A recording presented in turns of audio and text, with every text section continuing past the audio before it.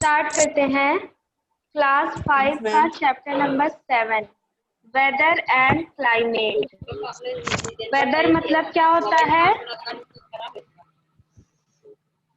Weather ma'am जैसे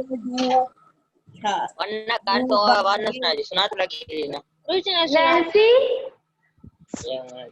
कौन बात कर रहा है आपकी तरफ से बेटा? अभी ऑनलाइन क्लास के टाइम पे सारा बातचीत कर लीजिए, थोड़ी देर पढ़ लीजिए, उसके बाद जितना बात करना होगा करिएगा। वेदर यानी कि मौसम, क्लाइमेट यानी कि तापमान जो रहता है मौसम का। तो वेदर देखते हैं, the condition of the atmosphere over a short period of time at a particular place is called its weather. जैसे यहाँ ये जो छोटा सा एक पर्टिकुलर प्लेस है जहाँ पे हम लोग रहते हैं, यूपी या इलाहाबाद मान लीजिए, तो यहाँ का जो वेदर रहेगा, जो एटमॉस्फेयर रहेगा, जो मौसम रहेगा, वही एटमॉस्फेयर यहाँ का वेदर कहलाएगा। जैसे अभी यहाँ पर इतने पूरे एरिया में कैसा एटमॉस्फेयर है, बारिश जैसा हो रहा है ना, बारिश ऐसा लग रहा है कि बारिश होगी, तो यहाँ का वेदर कैसा है? Rainy weather. जैसा जहाँ का एक पर्टिकुलर एरिया का एटमॉस्फेयर रहेगा वही उसका वेदर कहलाएगा।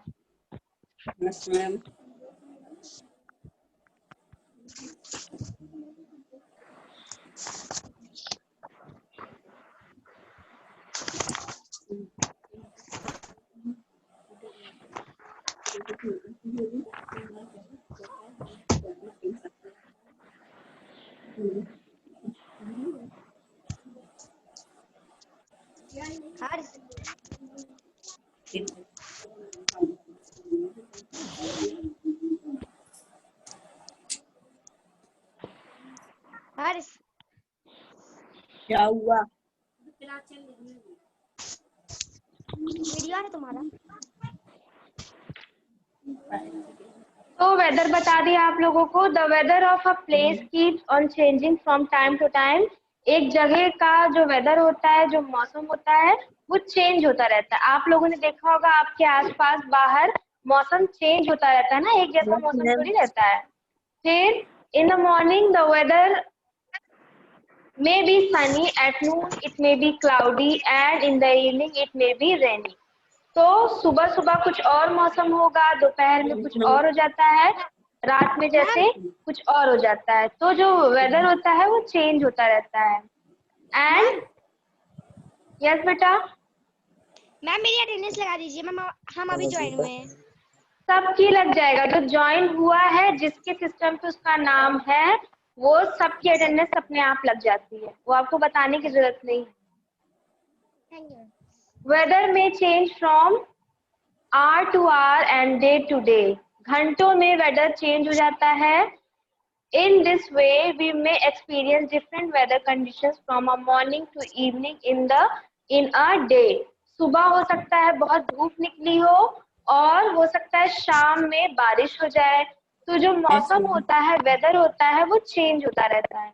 अब क्लाइमेट देखते हैं क्या है। The average weather condition of particular place for a long period of a time is the climate of that place। अब जैसे काफी दिनों तक अगर यहाँ पर प्रयागराज में काफी दिनों तक बारिश होती रहे, तो वो जो बारिश का जो मौसम हो जाएगा वो यहाँ का क्लाइमेट हो जाएगा। जिस जगह पर एक पर्टिकुलर जगह पर जो मौसम बहुत देर तक रह जाता है वही उसका क्लाइमेट हो जाता है। अब यहाँ पर हफ्तों तक बहुत गर्मी रहे, बहुत धूप रहे, बहुत गर्मी रहे, तो क्या बोलेंगे? यहाँ का क्लाइमेट जो है वो बहुत गर्म हो गया है, यही बोलेंगे ना। फिर different places of the world have different climate. हर तरह के दुनिया में जितने भी जगहें हैं वहाँ पर अलग अलग तरह के क्लाइमेट होते हैं। The climate of Russia is different from India. अब जो तरह तरह के जो देश है, जैसे रशिया हो गया, तो रशिया का जो क्लाइमेट है वो इंडिया से अलग होगा, और अमेरिका का जो क्लाइमेट है वो इंडिया से अलग होगा। तो हर जगह, हर देश का क्लाइमेट जो होता है वो दूसरे देशों से अलग होता है। अब इंडिया में ही ले लीजिए आप, अगर इंडिया में भी कई सारे ऐसे स्टेट हैं जहाँ का क्लाइमेट एक दूसरे से अलग होता है। जैसे कश्मीर में अगर देखा जाए तो वहाँ पे कौन सा मौसम होता है? हमेशा वहाँ का क्लाइमेट कैसा होता है? ठंडा या गर्म? ठंडा मैम। मैम ठंडा। हाँ, कश्मीर हो गया, मनाली हो गया, शिमला हो गया, यहाँ का क्लाइमेट कैसा होता है? हमेशा ठंडा होता है। लेकिन अगर आप तमिलनाडु की बात करें या फिर मुंबई की बात करें या गोवा की बात करें तो यहाँ पे कैसा होता है क्लाइमेट?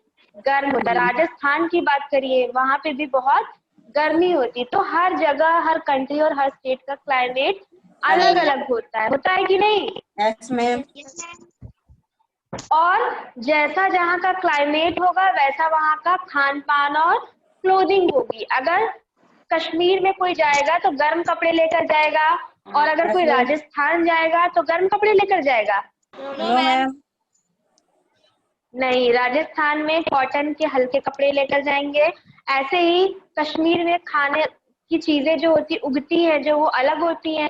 कुछ फसलें होती हैं जो सर्दियों के मौसम में नहीं उग पाती हैं, लेकिन कुछ फसलें होती हैं जो गर्मियों के मौसम में नहीं। तो जहाँ जैसा क्लाइमेट होता है वहाँ का वैसा खान पान और पहनावा भी होता है। होगा कि नहीं होगा? यस मैम होगा। मैम होगा। चलिए अब नेक्स्ट देखते हैं, फैक्टर्स अफेक्टिंग क्लाइमेट। फैक्टर यानी कि कुछ तथ्य होते हैं, कुछ चीजें होती हैं जो अफेक्ट करती हैं। अफेक्ट यानी कि उस पर प्रभाव डालती हैं क्लाइमेट पर। हमारा जो क्लाइमेट है वो किस किस चीज से प्रभावित होता है? तो देखिए, the climate of a place और region is affected by many factors. हर जगह का जो क्लाइमेट होता है वो कई चीजों से अफेक्टेड होता है। The climate factor determine the climate of a particular place. The temperature of different places is not same in various from place to place due to climate factors. These factors are, अब ये factors कौन कौन से हैं?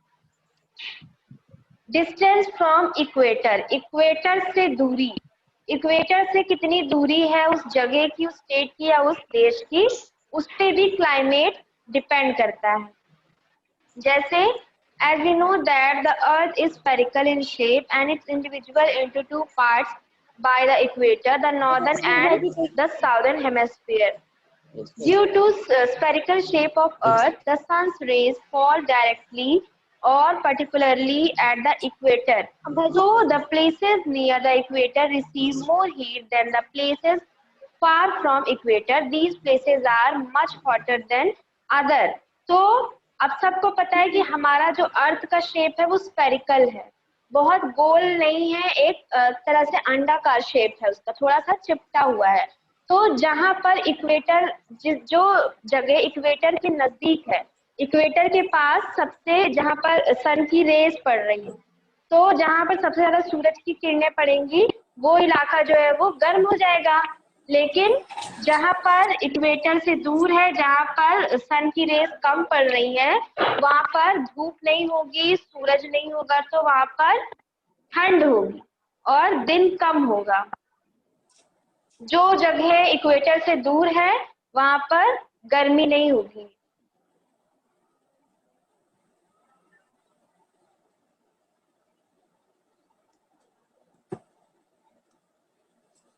However, as we move from equator towards the North Pole to the South Pole, the sun rays become more and more slanting and cover a large area.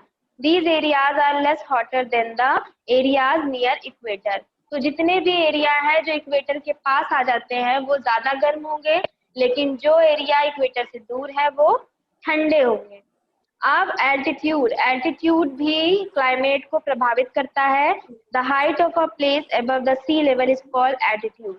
अब altitude क्या होता है? सी लेवल, जो समुद्र की ऊंचाई, समुद्र बहुत गहरा होता है ना, तो समुद्र की ऊंचाई से जितने ऊपर ऊपर जो एरियाज होते हैं या नीचे के एरियाज होते हैं, उन ऊंचाई को क्या कहा जाता है? एल्टीट्यूड कहा जाता है। समुद्र से दूरी को एल्टीट्यूड कहा जाता है।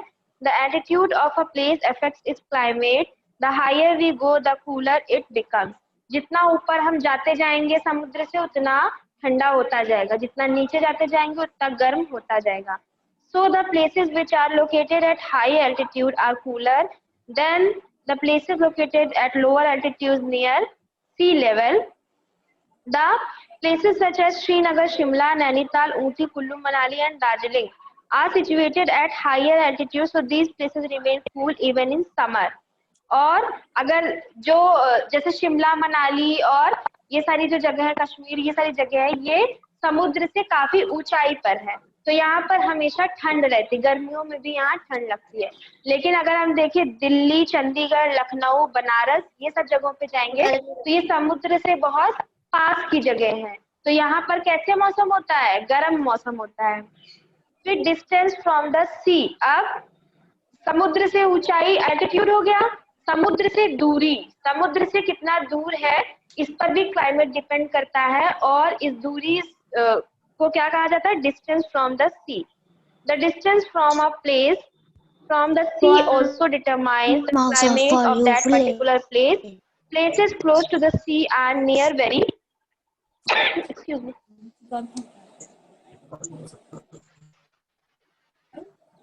So the distance, places close to the sea are neither very hot nor very cold. जो जगह सी के पास होती हैं, जो जगह समुद्र के पास होती हैं, वो ना तो बहुत गर्म होती है ना तो बहुत ठंडी होती है। These places have moderate climate, इनका क्लाइमेट मॉडरेट होता है, बराबर होता है। In the summer sea breeze keep these places cool, while in the winter warm breeze from the sea stop them getting very cold. जो समुद्र से करीब की जगह होती हैं वो सर्दियों में बहुत ज्यादा ठंडी भी नहीं होती है और गर्मियों में बहुत ज्यादा गर्म भी नहीं होती है। लेकिन the places property of water is that takes more time to absorb heat and lose heat, while land gets heat faster and cools down faster than water. The places such as Mumbai, Chennai, Thiruvananthapuram and have moderate climate because they are situated near the sea, while places such as Delhi, Lucknow, Chandigarh, Patna and Jaipur have extreme climate because these places are far from sea. तो जो जगह समुद्र से करीब पर है उनको बहुत ज्यादा वो कभी कभी गर्म हो जाती है, वहां पर सर्दियां बहुत कम आती हैं, जैसे मुंबई हो गया और तिरुवनंतपुरम हो गया, चेन्नई हो गया, यहाँ पर आपने देखा होगा अक्सर गर्मियां रहती हैं। लेकिन अगर आप देखेंगे कि लखनऊ, चंडीगढ़, तो यहाँ पर सर्दियां बहुत कड़ाके की पड़ती हैं। क्यों? क्योंकि ये समुद्र से काफी दूरी पर है। अब ह्यूमिडिटी यानी कि नमी, जो आजकल के मौसम में ह्यूमिडिटी हो गई है, नमी जैसा चिपचिपा सा मौसम हो गया है। The amount of moisture in water vapor present in the air is called humidity. जो वाटर वेपर के अंदर जो वाटर होता है ना, मॉइस्चर होता है, उसी को ह्यूमिडिटी कहा जाता है। The climate of a place is also affected, और इससे भी एक जगह का क्लाइमेट इफेक्ट होता है। The distance from the sea also affect the humidity place. अब जहाँ पर समुद्र से जो करीब के जगह रहेंगे वहां पे ह्यूमिडिटी ज्यादा होगी। कैसे ज्यादा होगी? समुद्र से जो वाटर वेपर निकलेंगे वही तो ह्यूमिडिटी स्प्रेड करते हैं ना, उन्हीं वाटर वेपर्स में ही तो नमी होती है। तो जो जगह समुद्र के करीब होती है वहां पर ह्यूमिडिटी लेवल ज्यादा होता है, लेकिन जो दूर पर होते हैं वहां पे ह्यूमिडिटी कम होती है। नेक्स्ट देखते हैं डायरेक्शन ऑफ विंड। अब हवाओं का जो डायरेक्शन होता है, हवाओं की जो दिशा होती है, अगर बहुत तेज हवा आएगी जिस जगह, कहाँ से हवा आती है? हवा ज्यादातर आती है ठंडी जगहों से, जैसे from cold rain make a place cool, winds blowing from a rain make a place hot, winds coming from desert are hot, winds coming from sea or land carry moisture and make the climate coastal areas humid. This winds cause rainfall in many ways.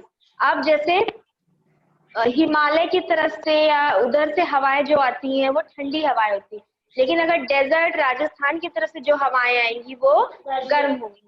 तो जो जगह ठंडी जगहों के पास होंगी वहां का जो हवाएं आएंगी वो हवाएं भी ठंडी होंगी, और जो जगह डेजर्ट के पास होंगी वहां पे गर्म हवाएं आएंगी। तो हवाओं से भी क्लाइमेट वहां का चेंज हो जाएगा। हवा भी तो अगर गर्म हवा है तो क्लाइमेट को गर्म कर देगी। तो नेक्स्ट देखते हैं the temperature of heat zone. जहाँ हीट जोन मतलब जहाँ पे सूर्य जो है वो बहुत करीब पर है, वहां पर टेम्परेचर बहुत ज्यादा हो जाएगा।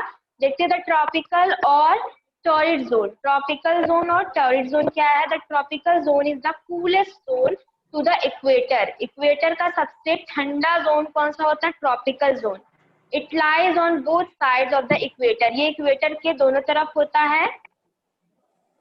And between the Tropic of Cancer, Tropic of Capricorn in the southern hemisphere. This zone gets the direct rays of the sun all the year. और जो ये जगह है सदर्न हेमिस्फीयर, यहाँ पर पूरे साल जो सूरज की किरणें हैं वो डायरेक्ट पड़ती हैं। तो ये जो एरिया है ये हीट जोन कहलाता है, क्योंकि यहाँ पर हमेशा गर्मी होती है थ्रू आउट द ईयर। अब द टेम्परेट जोन कौन सा होता है? This zone lies between the Tropic of Cancer, ये ट्रॉपिक ऑफ कैंसर के बीच में होता है, एंड आर्कटिक सर्कल और ट्रॉपिक ऑफ कैंसर के बीच का एरिया होता है in the northern hemisphere and between the Tropic of Capricorn and the Antarctic Circle in the southern hemisphere. They are called the North Temperate Zone। और ये सारी जगहें ही से पता चल रहा है, जो southern hemisphere है, Antarctic Circle है, ये सारी जो जगह है ट्रॉपिक ऑफ कैप्रिकॉर्न है, ये सारी जगह ठंडे जोन में आती है। They are called North Temperature Zone and South Temperature Zone, हाँ, respectively। The rain which lie in this zone are neither hot nor very cold। ना बहुत यहाँ पे गर्मी होती है ना बहुत सर्दी होती है। अब देखते हैं the frigid zone. Frigid zone क्या है? This zone lies between Arctic Circle and North Pole। North Pole और Arctic Circle के बीच का एरिया होता है। In the northern hemisphere between the Antarctic Circle and the South Pole in the southern hemisphere, they are called the North Frigid Zone and the South Frigid Zone respectively। This zone receives very slanting rays of the sun। और यहाँ पर बहुत सन की raise आती हैं। So the climate of this zone is very cold। यहाँ पर बहुत कम सन की रेज आती है, तो ये क्लाइमेट जो है वो बहुत ठंडा हो जाता है। The regions which lie in this zone are covered with ice most of the year. और पूरे साल तक यहाँ का जो एरिया होता है, जो नॉर्थ फ्रिजिड जोन का जो एरिया होता है, ये बर्फ से ढका हुआ होता है, क्योंकि यहाँ पे जो सन रेज होती है वो बहुत ही स्लैंटिंग होती है, बहुत कम मात्रा में पाई जाती है। तो आपका ये चैप्टर यहीं से एंड होता है। Yes ma'am.